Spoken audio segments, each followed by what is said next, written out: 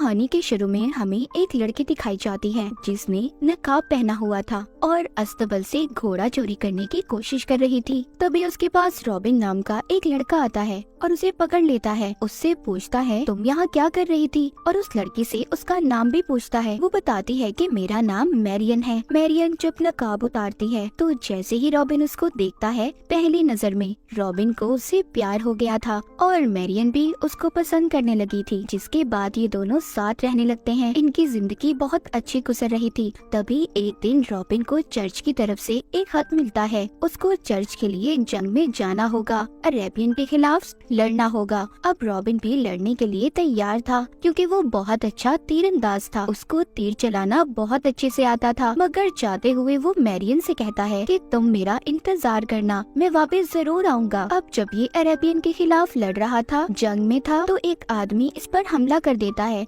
इससे पहले कि वो रॉबिन को मारता, उसका एक साथी उसे बचा लेता है। रॉबिन इस जंग में 2 साल तक लड़ता रहा। उन्होंने किले को फतह कर लिया था। पर जंग के बाद रॉबिन का जो कमांडर था, अपना जाने अपने ही लोगों को मार रहा था। जब एक बच्चे को यहाँ पर मारने के लिए लाया जाता है तो इधर उस बच्चे के डैड भी थे। वो कहते हैं मेरे बेटे को छोड़ दो, मैं तुम्हें सब बताने के लिए तैयार हूँ। पर कमांडर कुछ नहीं सुनता। वो उस आदमी के बेटे को मारने की कोशिश करता है, पर रॉबिन से ये सब नहीं देखा जा रहा था, इसीलिए वो कमांडर पर हमला कर देता है। लेकिन कमांडर ने उस बच्चे को मार दिया था। रॉबिन को भी उधर पकड़ लिया जाता है और एक तीर से उस पर हमला भी किया जाता है, जिससे रॉबिन बहुत ज्यादा जख्मी हो गया था। फिर इसके बाद हम देखते हैं रॉबिन को अब उसके घर भेज दिया गया था। जंग लड़ने के बाद रॉबिन जब अपने घर वापस आता है तो देखता है उसका घर खंडर में बदल गया था। वो दरअसल यहाँ पर मैरियन को ढूंढने आया था, जिसको वो यहाँ 2 साल पहले छोड़ कर गया था और उससे वादा कर गया था कि वो वापस जरूर आएगा। फिर वो चर्च के फादर के पास जाता है जो उसका दोस्त था। फादर बताता है कि हमें यहाँ पर खबर मिली थी कि तुम जंग में मर चुके हो, तो यहाँ के शेरिफ ने तुम्हारे घर को खाली करवा दिया और मैरियन को घर से बाहर निकाल दिया और अब वो इस शहर से बाहर रहती है जहाँ पर कोयले की कान है। रॉबिन अब उस शहर में पहुँच गया था जहाँ पर वो जाते ही अपने सामने मैरियन को देखता है। इससे पहले ये उसके पास जाता तो मैरियन के पास एक आदमी खड़ा था जिससे मैरियन बहुत ही मुस्कुराकर बातें कर रही थी। इसको समझ आ चुकी थी कि जब मैरियन ने इसकी मौत की खबर सुनी होगी तो जिसके बाद मैरियन ने शादी कर ली। ये सोचकर रॉबिन उसके पास नहीं जाता। रॉबिन को अब नहीं पता था कि उसे अब क्या करना है। जब ये बाहर जाने लगता है तो इसके सामने एक आदमी आता है जो इसका रास्ता रोक रहा था।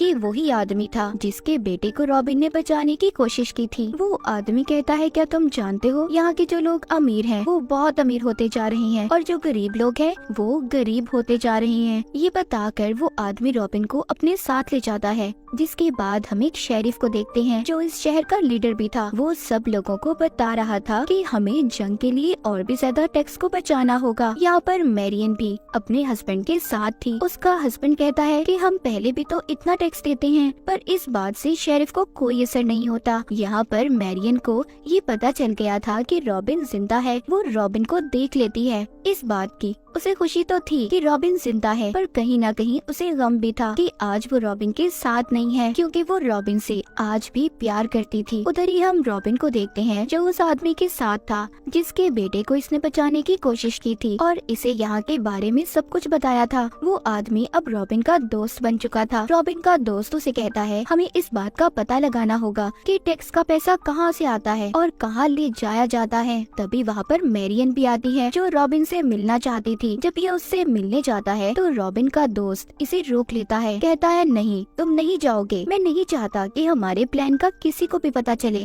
क्योंकि वो चाहता था कि रॉबिन अपनी पुरानी जिंदगी में वापस न जाए और यहाँ लोगों की मदद करे।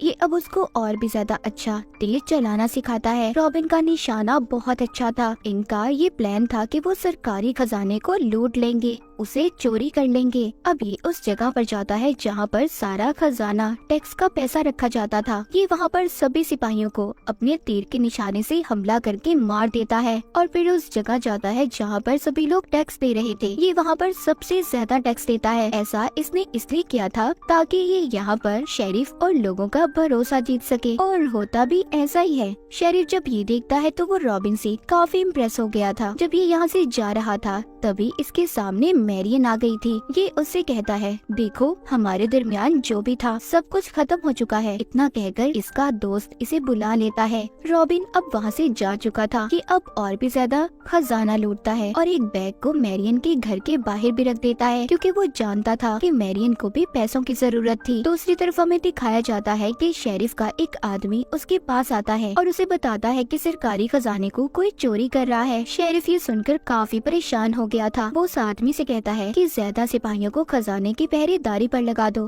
ताकि अब दोबारा खजाना चोरी ना हो सके। वो आदमी अब जाकर मैरियन को भी बताता है कि सरकारी खजाना चोरी हो रहा है। मैरियन उससे कहती है कि जो भी खजाने को चोरी कर रहा है वो गरीब लोगों की मदद करना चाहता है, और हमें क्या है, और मैं तो यही चाहती हूँ कि वो और ज्यादा खजाने को चोरी करे। रॉबिन भी यहीं पर छुपकर मैरियन की बातों को सुन रहा था, जिसके बाद रॉबिन दोबारा से खजाना चोरी करता है और अब तो खजाने को गरीब लोगों में भी बांटने लगा था। रॉबिन की तीरंदाजी बहुत अच्छी थी। वो निशाने लगाने में माहिर था। लोग अब उसको अपना हीरो मानने लगे थे और उसका नाम उन्होंने रॉबिन हुड रखा था। शेरिफ इन सब बातों से परेशान हो चुका था, इसीलिए वो एक मीटिंग रखता है और उसमें रॉबिन को भी बुलाता है। शेरिफ बेचारे को तो पता ही नहीं था कि जिस पर वो भरोसा कर रहा था असल में उसका खजाना तो वही हीरो चुरा रहा था। मीटिंग में शेरिफ रॉबिन को बताता है कि अब हम किसी भी हालत में चोर को लाश में पकड़ेंगे। जब रॉबिन ये सुनता है तो वो अपने दोस्त के पास जाता है और उसे कहता है कि जल्दी हमें सारा खजाना लूटना होगा। जब सारे खजाने को एक घोड़ा गाड़ी में लाया जा रहा था तभी उधर उसके सामने जानबूझकर रॉबिन का दोस्त आ जाता है और रॉबिन मौका देखकर उसके नीचे लटक गया था जहाँ पर ये लोग खजाने को ले जा रहे थे। तभी उधर एक आदमी ने रॉबिन को देख लिया था।